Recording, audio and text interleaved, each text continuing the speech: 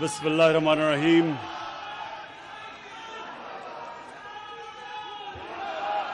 ایاک نعبد و ایاک نستعین. شکریہ. جناب علی ظفر صاحب اور آئی ایل ایف کے سارے پاکستان سے جو میرے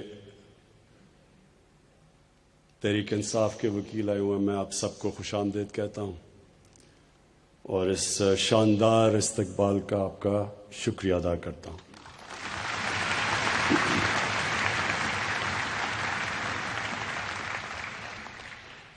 مجھے علی ظفر کی جو انہوں نے مختصر تقریر کی، مجھے جو چیز پسند آئی، انہوں نے حضرت علی رضی اللہ تعالیٰ کا، انہوں نے جو ان کا قول تھا کہ کفر کا نظام چل جائے گا، لیکن ایک نظام جس میں ناانصافی اور ظلم ہو وہ نہیں چل سکتا.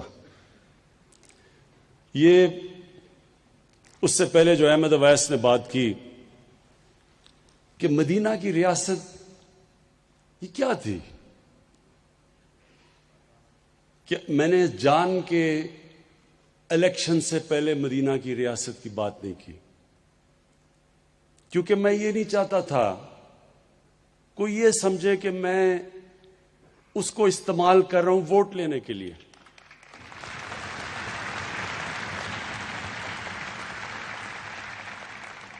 لیکن جب ہماری گورنمنٹ آئی تو میں ہر وقت لوگوں کو بتاتا ہوں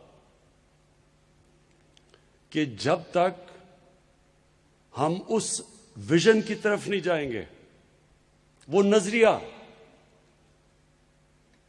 جو نظریہ تھا پاکستان کا، جو قائد اعظم نے بار بار انہوں نے کہا، ان سے جب پوچھا کہ پاکستان کی کانسٹیٹیوشن کیا ہوگی، انہوں نے کہا ہماری کانسٹیٹیوشن 1400 سال پہلے بن گئی تھی.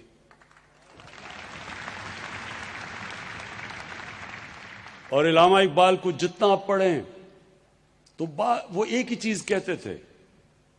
علامہ اقبال یہ کہتے تھے کہ جو مسلمان معاشرہ تھا وہ جب بھی اٹھا ہے تو وہ ان اصولوں کی طرف گیا جو مدینہ کی ریاست کے اصول تھے.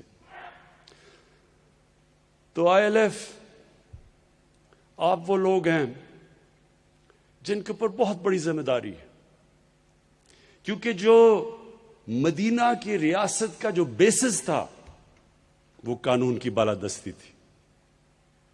یعنی کوئی انسان قانون کے اوپر نہیں تھا.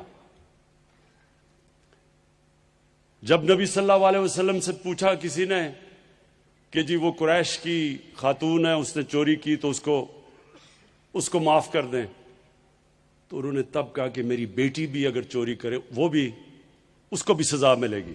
کوئی قانون سے اوپر نہیں تھا.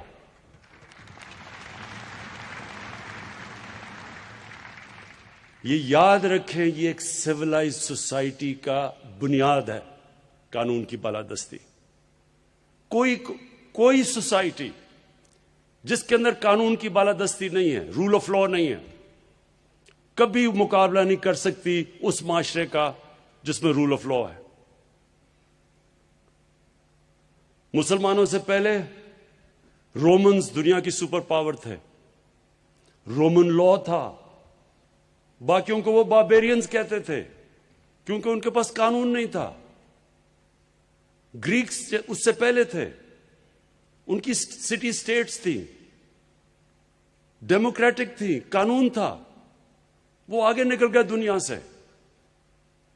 جب مسلمانوں کا عروج ہوا تو میں اس لیے بار بار اپنی یوتھ کو کہتا ہوں، نوجوانوں کو کہتا ہوں، وہ اسٹڈی کریں، وہ تاریخ کا حصہ ہے، وہ کوئی میتھولوجی نہیں ہے. ایک 623 کو کیا تھا، ہجرت ہوئی. اس کے بعد کیا 625 کو جنگ بدر ہوئی. 636 کو رومن ایمپائر بیزنٹائن یارمو کی جنگ کے اندر ہار جاتا ہے. جو 625 صرف 313 لڑنے والے تھے. 11 سال کے بعد رومن ایمپائر گر جاتا ہے, 12 سال کے بعد پرشین ایمپائر ان کے سامنے گر جاتا ہے. تاریخ کا حصہ ہے.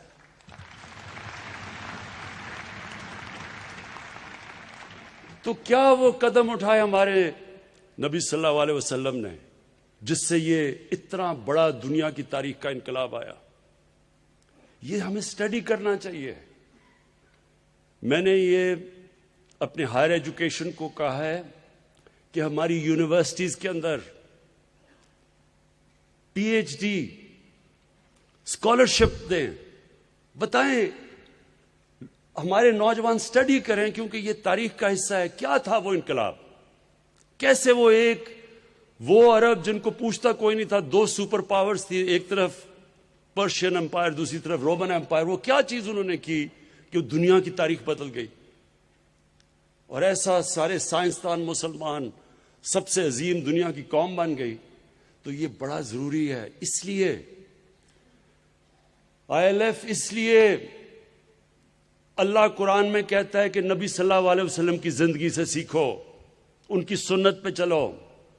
ان کی سنت پہ جو انسان چلے گا وہ بڑا انسان بن جائے گا, کیونکہ ان سے بڑا انسان کبھی آیا ہی نہیں ہے دنیا میں, نہ آ سکتا ہے.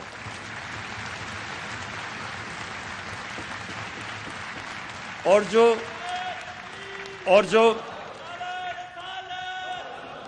جو